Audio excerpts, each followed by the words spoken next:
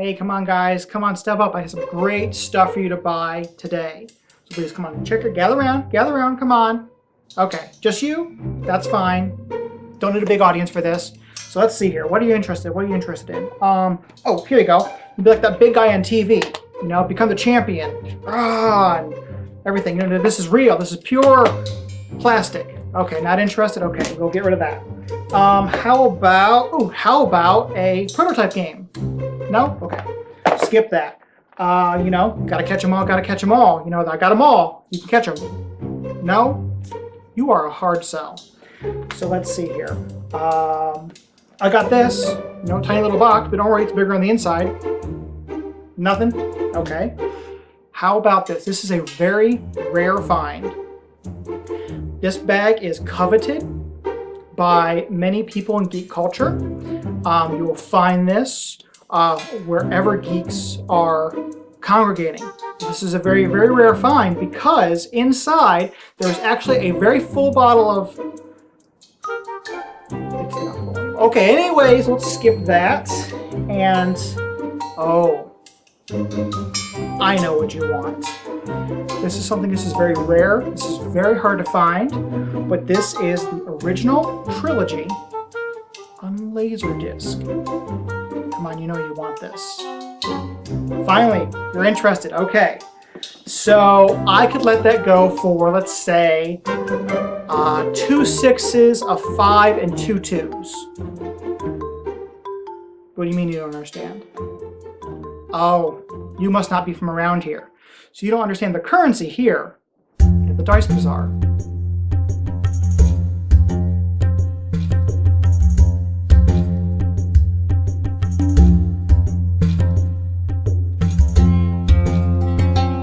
So Dice Bazaar is for 2 to 4 players, where you are trying to buy these items from the bazaar, but the currency in the game is dice.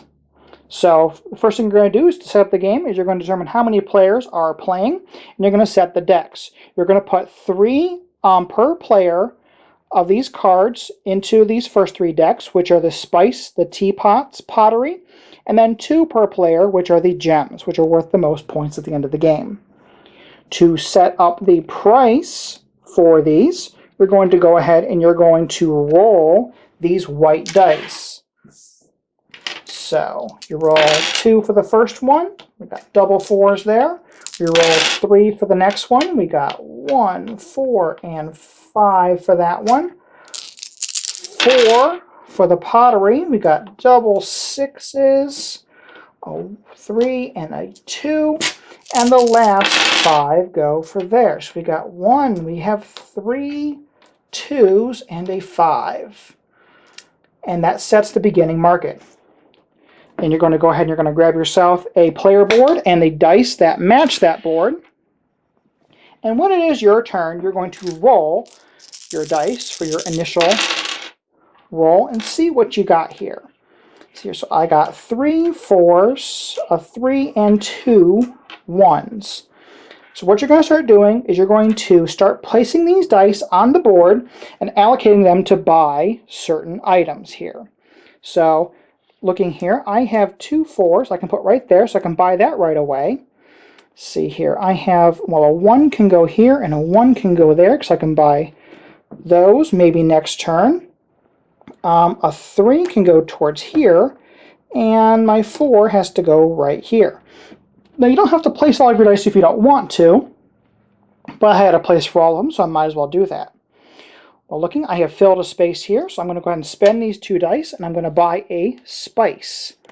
So I'm just going to stick my spice down there into the glare, but showing you that I do have purchased a spice. And what I'm going to do now is, because I purchased it, I get to re-roll these and set the price again. So now it's a 1 and a 4.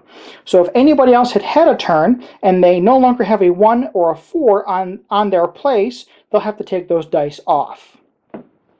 Now the dice that I've spent do not get re-rolled. Those get set off to the side and it will go to the next player. It'll go around, stuff will get shuffled around, prices will change. But when it comes back to your turn, you're going to go ahead and re-roll any of your unused dice. But if I decide, you know what, I don't want to go for this 5 one anymore, so I'm going to go ahead and pull that 1 off, and I'm going to re-roll those. So let's see here. I have 2 1s and a 4. Well, the 4, oh, do you know what? I can go ahead and I can buy another spice. So I'm going to stick that there, and I'm going to just plop that 1 there, might as well. And I'm going to go ahead and I'm going to buy another spice. You will continue on in the game until 2 of these decks are depleted. Once 2 are depleted, you're going to count up the points that you have earned, and the points are the numbers on the very tops of the card. Whoever has the most points is the winner. One additional thing that you can do on your turn is that some of these cards have abilities. And what you can do is I can trade in a spice to make any unused die, any number I want, and place it onto the teapots. So if I wanted to, let's just say I had these dice here, and I rolled all these, and I did not roll a 5. So what I can do is I can take one of my dice that I did not use, trade this in. This goes next to the board. It's not worth any more points for you. But I can go ahead and I can change my die to a 5, and then I can go ahead and I can purchase the teapot. Now the teapots, you can do the exact same thing, trade those in towards the pottery. And then the pottery, you can go ahead and you can trade those in towards getting the gems at the very end of the game. And of course the gems are just worth 8 points. And that is it. There's nothing you can trade them in for. Why would you want to? That is a brief overview of Dice Bazaar. This is a really fun game. It plays very quickly, especially if you really love chucking dice. That's all this game is. It's just rolling dice and chucking dice. If randomness is not your thing, this is not the game for you.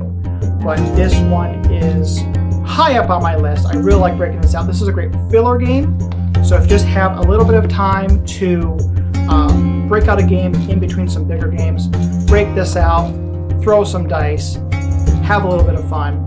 Definitely check this out. This will be on Kickstarter very soon. Link will be down below.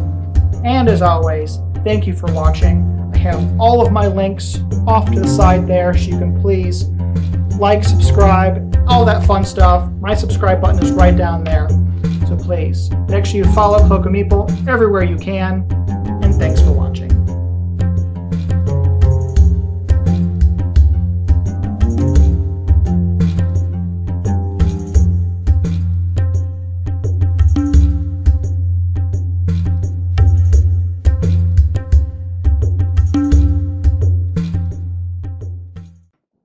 So yes, I really do own the original Star Wars trilogy on Laserdisc.